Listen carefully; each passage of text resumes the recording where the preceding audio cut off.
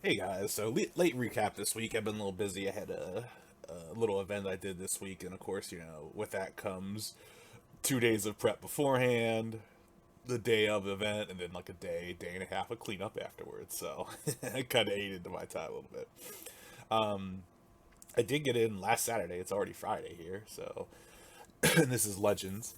Uh, where I left off was I had come back and I kind of got the second half of my payment for doing that shared will thing for Lane of Lore.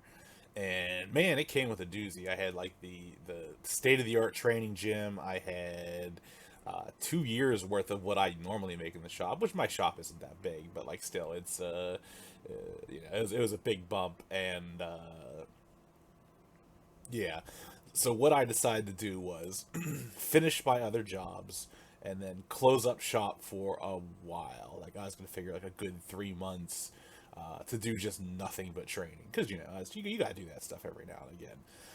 And then like I was gonna like do a soft open after that, and then like kind of do like mixing a little bit more training and some shop work, just because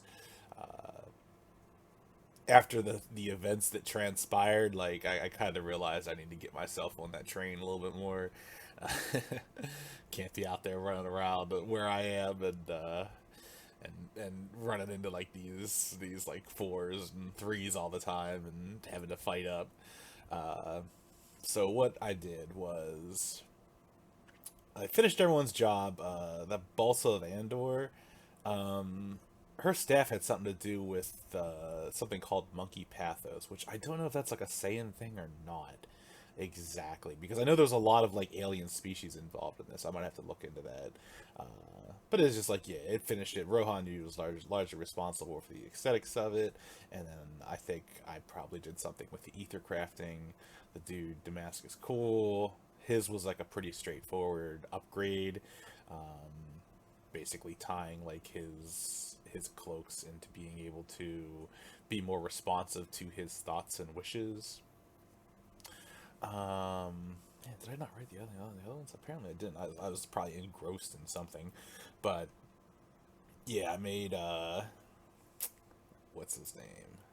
Cameron, the Wandering Warrior, the Cosmic Dude. I made him like this Daredevil esque ranged scythe, which you could also kind of turn into the nunchucks, because that's what he's wanted. But I was like, listen, dude, like if you want to be out there fighting and everything like that, like you need a blade or something. Like it doesn't need to be a sword, but like you need to be. You can't be just like smacking people in the face with a nunchuck. Uh, but like he seemed like he was really happy with the compromise that I came to with him, and definitely more on the unique side as far as a weapon goes. The chick with the curses, like that took me a while to do, but we managed to hash it out, and then I repaired the blade that Tetsu gave me, and it says something like the deeper the bond grows, the deeper the wound becomes. No idea what that's supposed to mean, but I did the thing that was asked of me. What I was looking into was is like it was part of a project for me, but also like it had like its own personal benefits. Was looking at time dilation for the training facility, which is like similar to the hyperbolic chamber.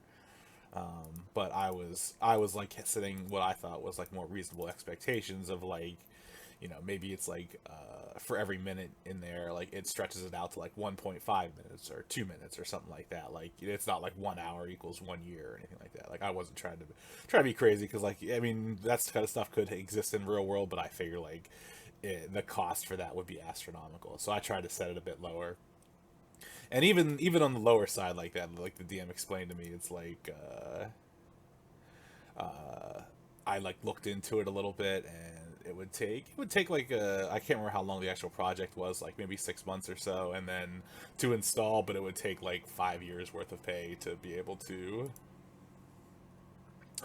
put it together. And I only had two, so we were, it was a little out of our price range, but I was hoping I could work with Dakawan to maybe like lessen the price somewhat, like because like what I was looking, I think, was just more straight up mechanical, uh to be able to do it, like that there are machines that exist within the empire that could probably make that happen, but like Dakawan was, he's like a space-time manipulator, and he was very busy.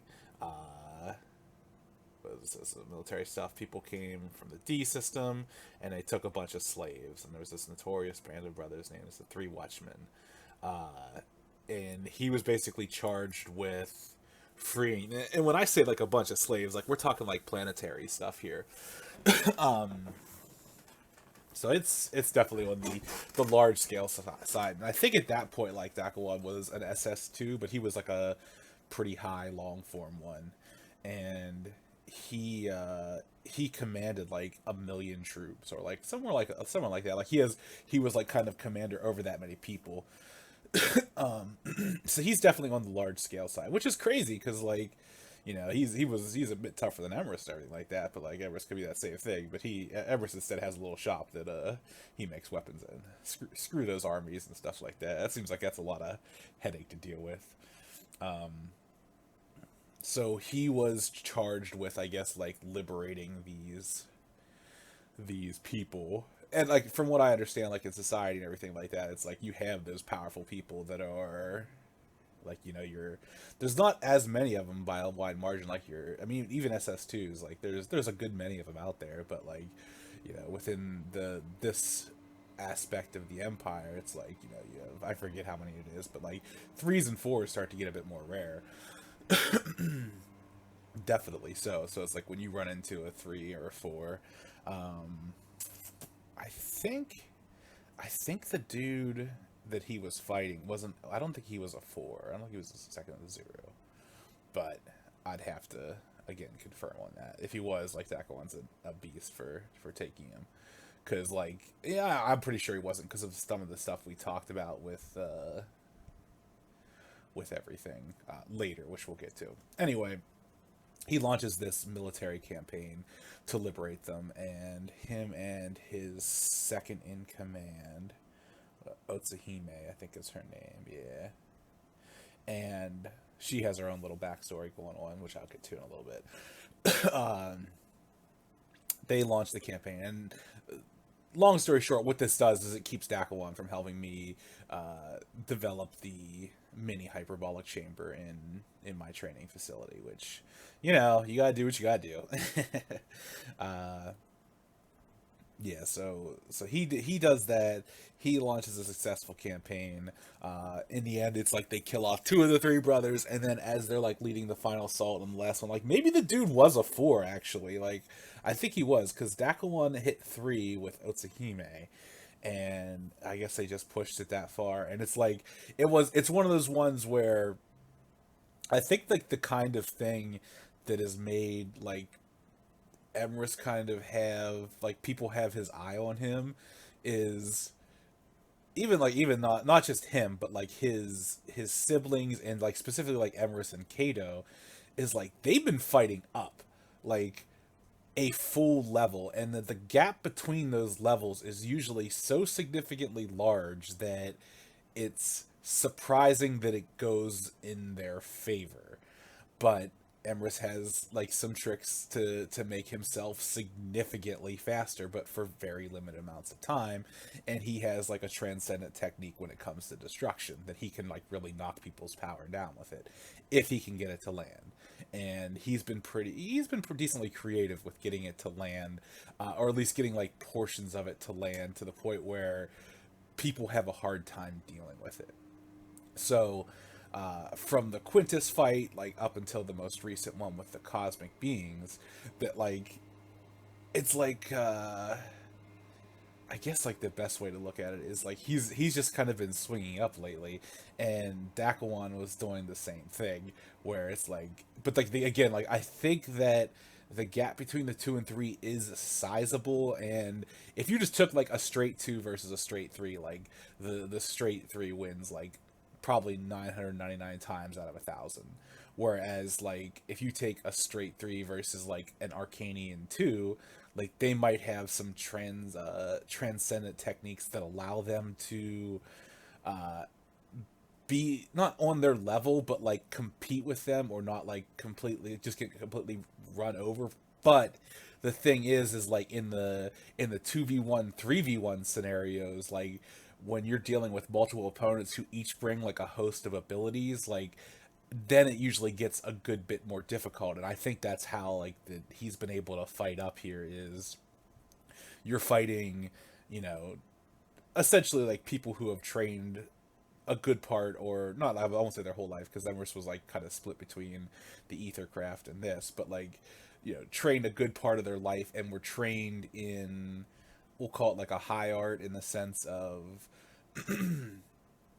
came from a military family and had access to a, you know, well above average training, and then like also enforced that training of you know, getting stronger and everything like that. So there's an interesting, like I said, an interesting dynamic that has definitely happened as far as Legend went, where like there is that fighting up thing, but like this is the first time I felt like fighting up is a little bit more possible with some of the opponents. Now I have no like disillusions like that. There are certain opponents you can't fight up against. Like the gap between a 2 and a 4, like the gap between Bane and Emrys is just like is insurmountable. Like there's nothing Emrys can do in that scenario that would ever allow him to pull out that W. But like there are people who are sensing like a level above that he's at least able to hang with, not hang, like I said, like it's not like I feel like he could 1v1 them. Like I feel like in his Harlequin state, like maybe they can they can hang like 1v1 for a period of time, but yeah, I forget where I was going with it. Long story short is I what ended up happening is it was 2 3s and like thousands of troops that takes down this 4. And like I think that's what ends up happening is just like there was those insurmountable numbers where it was too much. Now like there's also like those, whenever those like 4 level powers kind of clash, I feel like so many of those people could just get swept aside or blown away. But it's just like if you're dealing with that many warriors who are looking to work together and exploit weaknesses, like that's how you kind of clutch out those people who are above your levels. Like, you know, if you're like Johnny Super Saiyan 2 out there trying to fight this Super Saiyan 4, like your job is not to like rush into him and like just start throwing punches. Like you're like you're letting the three, like the 2 3s up there try to juggle his attention, then you're looking for your opportunity to strike. But in the end, Dak One manages to take down this guy after just recently hitting 3. So he's like a fresh 3, which, man, like I think he's 4 years older than me, so it's like I got to play catch up to him again. But what ends up happening is that's the reason he can't come, and then the DM kind of explains what had happened during this campaign over the 6 months, and then what happens to me. And I basically took to like training myself, doing like a lot of working out and everything like that to get myself in better fighting shape. So I did like a lot of hand to hand stuff with Pan, who is actually a really adept hand to hand fighter, but like she lacks that fighting experience. Like she's trained, but she hasn't like fought for her life to the same extent that Emrys has. So like there's those gaps of like form and technique where hers are really good, but like that, I don't want to say she's lacking ingenuity. It's just like I think she's lacking the need for ingenuity at this point. But it still helps me a lot, because I had basically said that I would help her train, and then you know she can help Saya and Rohan, and I'll help them as well. But like also like I was looking to like boost my own self up as far as just on the physical side of things, like strength and speed, endurance, and all that kind of stuff. So like just like 6 months of like hard training, day in day out.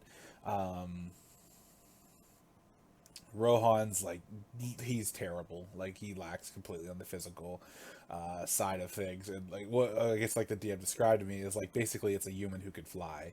Like they can, like I guess it's like a saying in here in trade is the ability of flight.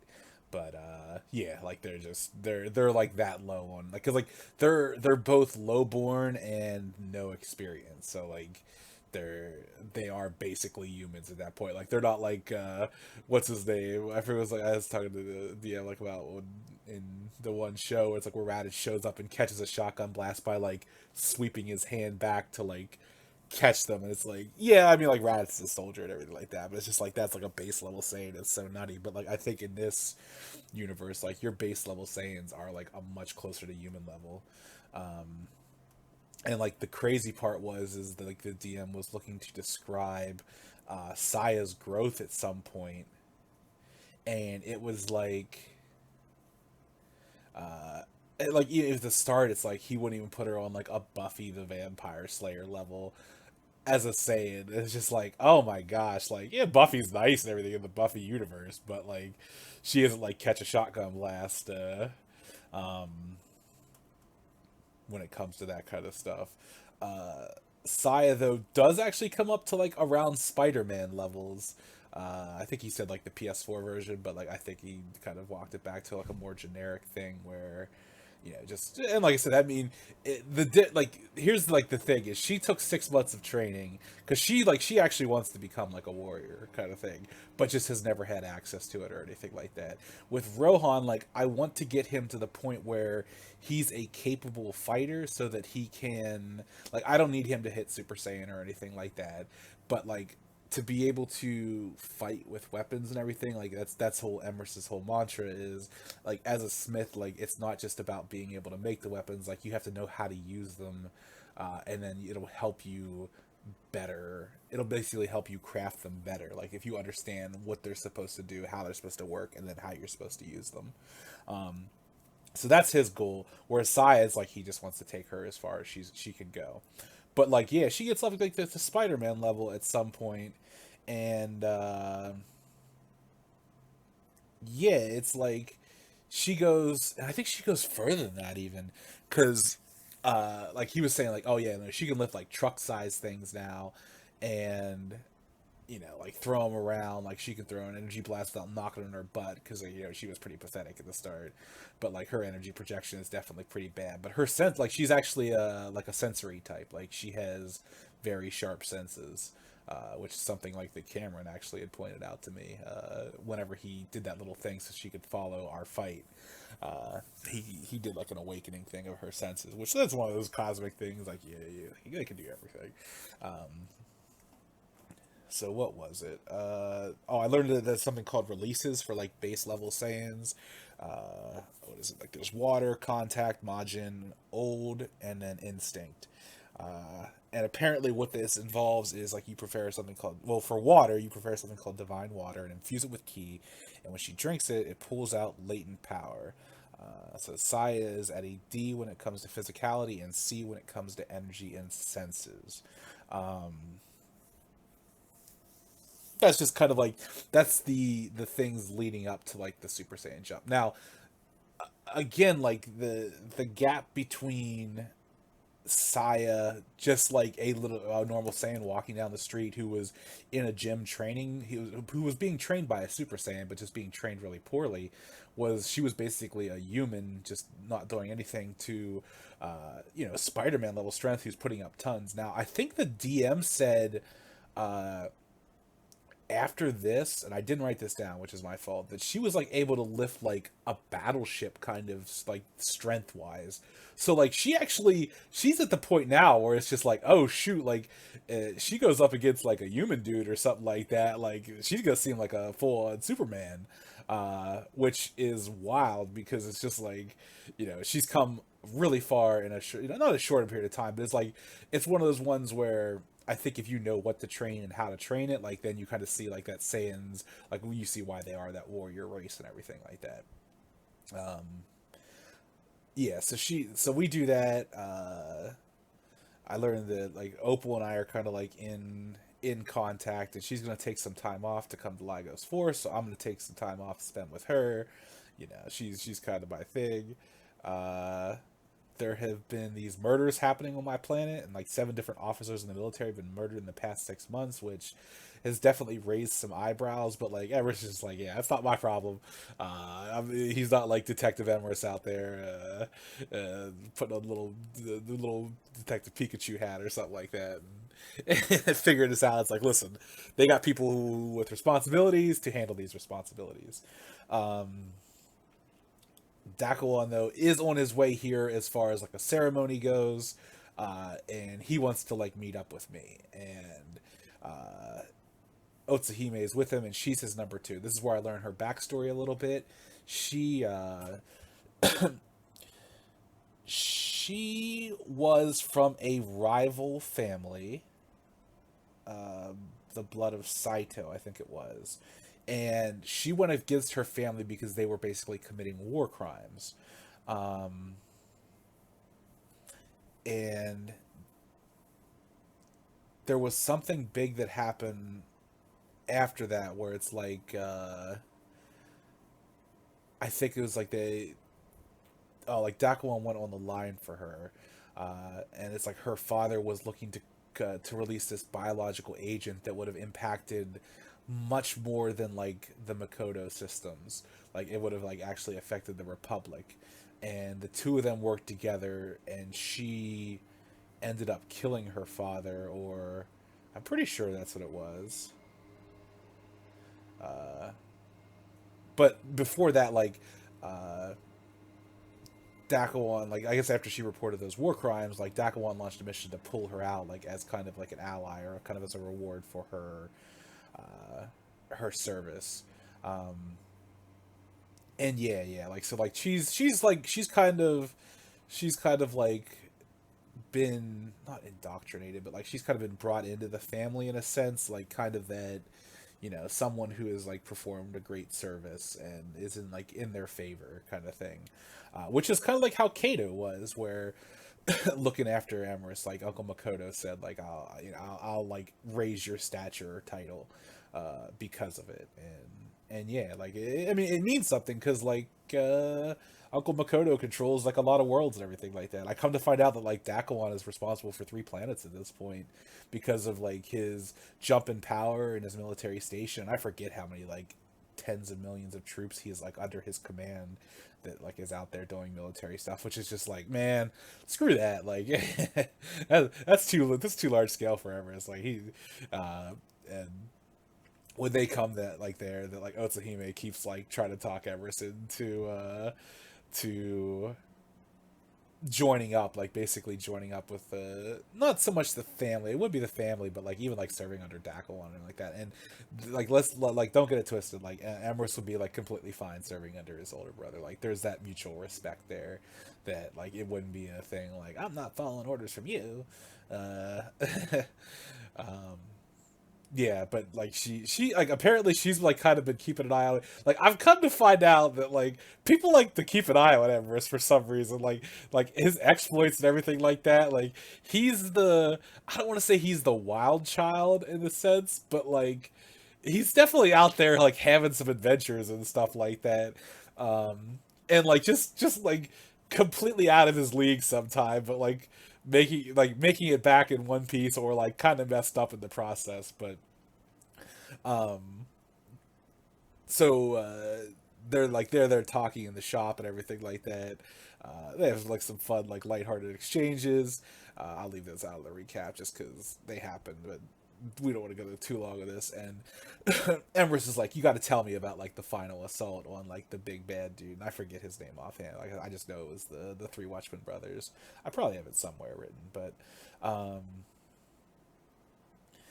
yeah, she's telling us about like the thing, like the final fight, and she like really uh like the way she does it, like she just Dakuon's kind of like not a man of few words, but like he's like it'd be like, well, like this is what happened, and everything like that. And she's there like Lord of the Rings on the third day, the light in the like washing over the thing, the morning sunrise, like basically like telling like she's a good storyteller, I guess would be like the way it is you know um she manages to tell she tells like the tale like as brief because like Emrys realized like there's a time thing and everything like that, but she does it really well, and it like it definitely paints a picture of like a very epic battle that they had. And that Emrys is like, well, not to be outdone or anything like that, because that's kind of like a thing is like those shared stories is like I kind of had my own battle, And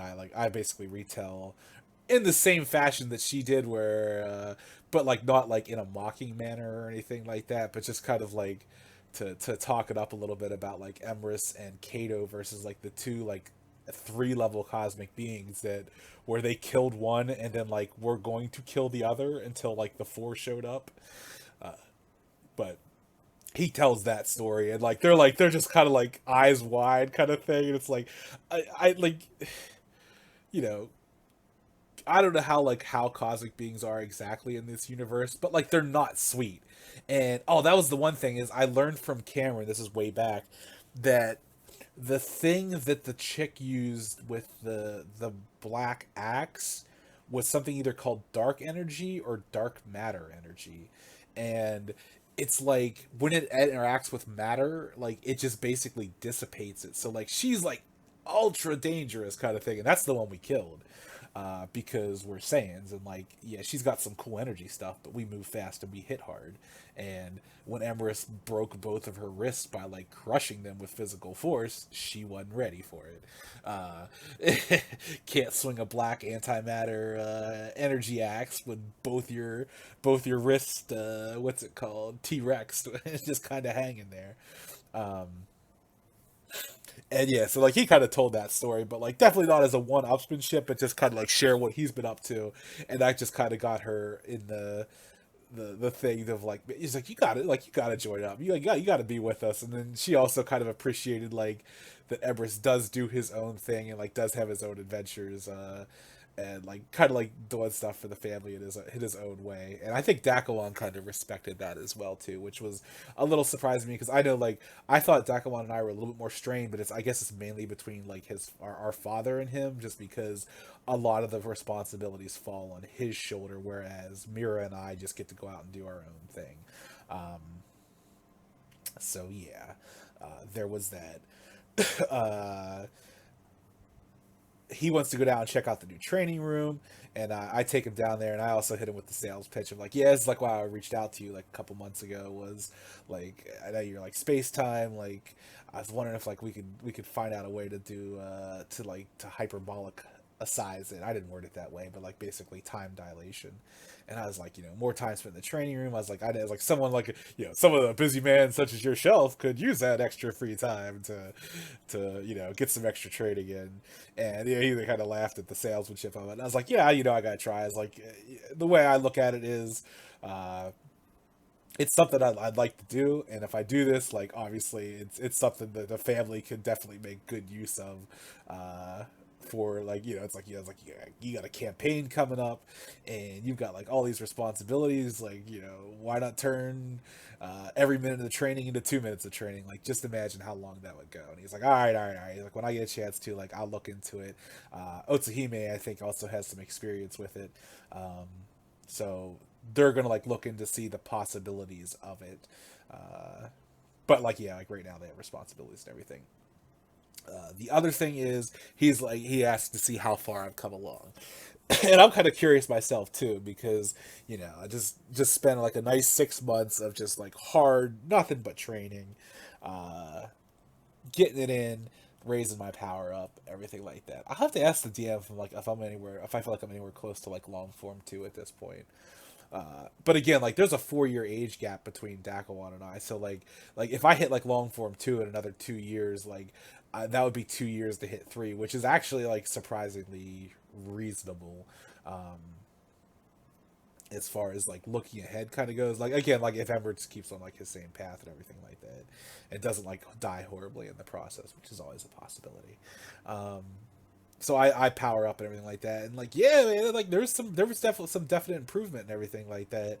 Um, and then I was like, you're not gonna make me ask, are you? So yeah, Dakwa does his like 3 power up and everything, and man, the gap that exists. I wish I'd have written down some of the numbers because this is where it's getting late in my notes, as they tend to do fall off super hard towards the end. But like the gaps in like speed and power, or not speed, but like just in power, is massive. And it's like one of those ones where getting to see the jump up close and in a controlled state, you just kind of like one, my senses are sharper now than they used to be. So like just kind of getting to feel out like where a 3 is compared to where, not even where I am, but just like a 2, just like a 2 in general, is, man, like it's a wonder that we've survived some of the encounters we have. Now again, I said, like I was saying to the DM, I was like, Deck 1's also like a, a higher born 3. Like, it's like I feel like uh you know, just like barred from DBZ or anything like that. Like probably Vegeta is like a highborn at any given time. So like his levels are probably a bit more potent than like say like your random average like Saiyan citizen kind of thing. So it's like maybe he's like just a better 3, or like he adapts better to 3 or makes better use of 3 or something like that. But yeah, it's really impressive. And I kind of, oh, he calls me out at some point and he's like, so like he's like, he put together some events that happened with Uncle Makoto, specifically the fact that like Kato gained this new title. And he's like, so you ran into him somewhere? And I was like, yeah. I was like, but I'm not really supposed to talk about it. And he's like, I understand. He's like, we got to keep some things close to the chest. And I was like, yeah, like it's going to be something that comes out. Just kind of, we all have to get together to do it. But I was like, if you could keep that on the down low for now, that would be great. And he's in 3 and he's talking about the fight and everything like that. And I was like, have you ever seen like a 4 fight up close? And he's like, I've been in the presence of a 4 fighting, but I've never really been able to like ascertain what's happening or anything like that. And I was like, well, I've got some stuff for you then, because you being where you are, you'll make better use of this sooner than I ever will. Uh, and his just like eyes are like kind of wide. It's like one of those like little freaking Everest moments. Like freaking Everest, like why does Everest know how to do this or anything like that? But part of what had happened between like that fight of Makoto and Bane was I was like intensely connected through the process of like whatever they put me through when I was on that world, where it's like I could follow the fight and see what's happening, which is like something far beyond my senses could normally accomplish. And I explained to Dakawan some of the stuff that happened in the fight, and just like the sheer magnitude of it beyond like the speed and the strength. And like I said, the fact that they were fighting on a gas giant, like I come to find out like that cracking a planet, like we had this little discussion of, let me see who's calling real quick. I don't think I have to pick it up. Nope, I do not. The DM, like it was more like the DM and I about the ability to crack a planet, and it's like, I fought against Quintus, who fired a blast that could easily destroy a planet as a 3, and it got me thinking a little bit of like, could I destroy a planet? And I was like, obviously I could not vaporize a planet, but I might be able to crack a planet. Like if I did some stuff where I basically fired a blast into the ground and like bored a deep enough hole, and then just started to fill it up with I try to remember how big my pillars are. Like I think they're bigger than telephone. I mean, I know they're wider than telephone poles, but I can't remember like how tall they are. Like they are decently tall. But if I like filled it with those pillars, like let's say I did, because I could do about I think 100 pillars before I'm spent, and if I spaced them out like in a deep enough hole, I think I could crack a planet, because like I can level mountains and stuff with it. Um, yeah. So put it this way: whether or not I could just split it directly in half, or take a big enough chunk out of it that it would like disrupt its natural orbit and everything like that, like I think like I might be like at the cusp of being a planet destroyer in that regard. But it isn't like I fire a blast at a planet and blow it up like Quintus or like some of those other people. Like mine would be more a uh process involved with it, but also like a understanding the physics of it a bit more, as opposed to just like an incidental effect. Like my purpose would be specifically like to like create a big enough explosion that would blow off enough of a chunk that it would destabilize the planet and really mess things up. Like probably just like even like the whole thing like on Namek, where like the volcanic activity and everything that would result like from destruction like that, like get closer to the core, So like that was kind of like a bit of an eye opener. But it's like, yeah, like I probably, like, if I set my mind to it, like if it was a decent sized planet, like, no, it'd definitely be on the smaller side, like it wouldn't be like a large one, but like apparently like gas giants are, even just because they're so large, and also like the nature of them, I guess they're like harder to destroy. But anyway, like I was saying, like it seemed like that they were directing their blasts in a way that would like not destroy the planet, which was just like, oh, like people can destroy those kind of thing. But I went through the stuff with that I had kind of learned from watching Uncle Makoto fight. And I said like he summoned like these things, and I was like, there was like 10,000 of them, and each one sensed as strong as I was. And it's just like, to be able, like, as a being, to be able to summon something through a technique that is equal to like 10,000 instances of you is just kind of like one of those, oh, like that's where the gap is, like that's like a gap definer kind of thing. And I kind of like walked him through a couple of the things that Uncle Makoto did, specifically like that blast that like trapped them in and like kind of exploded inward. I was like, when we fire blasts and everything like that, like we just excuse me, let one rip and then it explodes and everything like that. I was like, his were these like very controlled explosions where it's like, as opposed to wasting all that force going in a 360-degree outward, it's like they're almost like a shape charge that is specifically detonating it in a way that like they experience the maximum possible destruction with it. And like even like the little suns that like freaking Bane was throwing around, that like they definitely feel like those death techniques and everything like that. It's like you just understand the gap in energy projection between like 3 and 4 or 2 and 4 is crazy. But I kind of like shared him the insights of that, and it's just like, because like Emrys took a couple things away from that fight as far as like fighting opponents goes, and like he wanted to share it with Dakalon, but it's just like Dakalon was like, he was like very humbled by the fact that like his little brother, who is like still a 2, is like teaching him how to fight like a 4 kind of thing. And it's like that rare, like it's, I guess like I said, it's that rare opportunity to be able to, it's like, it's not something a normal Saiyan would be able to do, even like a sensory type. Like usually the gap is still a bit too wide, but like whatever this process was, like I'm assuming it had something to do with being cosmic, because those cosmic people, like I know Cameron was able to awaken Saya, who's basically a human, allowing her to keep up with like a Super Saiyan 2 and a cosmic being fighting, even if it was just to like feel things out. Like he was able to do something with her senses to tweak them. So like cosmics might just be like really everything when it comes to sensory kind of stuff. But yeah, like just it was like he's like, yeah, like here I'm here to show off, and you're there humbling me with like knowledge of like how to fight with it, like how to fight as a 4 or with a 4 or against a 4. And I was like, no, like listen, man, like this is something I'm grateful to be able to pass on to you, that like you hopefully someday you'll be able to use, or maybe you'll be able to save some people with it, or save yourself, or anything like that. Like, I'm not there yet, but I'm not, I'm gonna keep pushing it.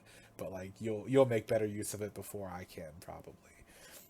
And it was definitely a nice little like kind of family moment between the two of them. And that's where I ended up getting put on pause, because the session already went long, and we, how like some of those things go, where it's like you get caught up in the role play of it as opposed to like the actual story going on. Like there was a lot of conversation that happened between the two of them, and kind of the explanations and stuff like that. But yep, that was my session. Was a good time. I think I get my game tomorrow again. So late recap, and here we go.